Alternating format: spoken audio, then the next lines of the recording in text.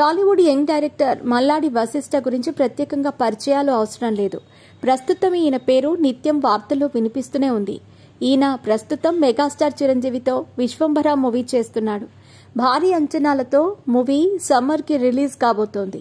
తెలుగు చిత్ర దర్శకుడు వశిష్ఠ అసలు పేరు మల్లిడి వేణు. బన్నీ, భగీరథ, డి వంటి చిత్రాలు నిర్మించిన సత్యనారాయణ రెడ్డి కుమారుడైన వశిష్ఠకు చిన్నప్పటి నుంచే సినిమాలంటే విపరీతమైన ఆసక్తి ఉండేది. ఆ ఆసక్తితోనే హీరోగా ప్రేమలేఖ రాస అనే సినిమా చేశారు. ఆ సినిమా ఆయనకు మంచి అనుభూతులు మిగిల్చింది.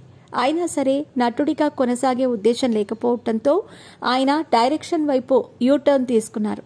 అయితే మొదటి సినిమా చేసిన తర్వాత ఆయన స్క్రీన్ మీద కనిపించకపోవడంతో సినీ పరిశ్రమకు దూరం అయిపోయారేమో అనుకున్నారు అంతా.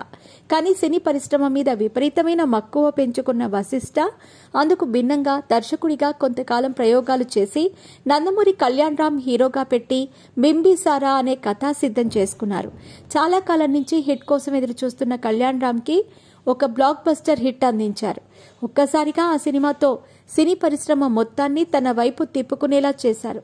ఆ తర్వాత ఈ డైరెక్టర్ ఏ హీరోతో సినిమా చేస్తాడా అని అందరూ అనుకున్నారు.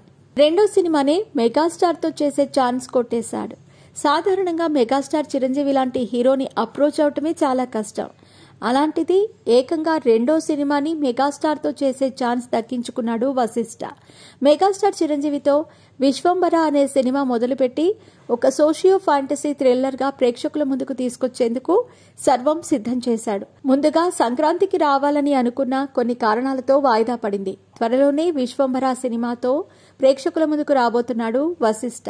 సమ్మర్లో ఈ సినిమా రిలీజ్ కాబోతోంది. బింబిసారా సినిమాతోనే టాలీవుడ్లో తనదైన మార్క్ వేసుకున్న ఆయన రెండో సినిమాతో మరిన్ని రికార్డులు సృష్టించటం ఖాయం.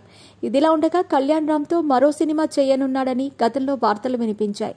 బింబిసారా 2 రాబోతోంది. ఈ మూవీ గురించి త్వరలో ప్రకటించే అవకాశం ఉందని ఫిల్మ్ ఇండస్ట్రీలో టాక్.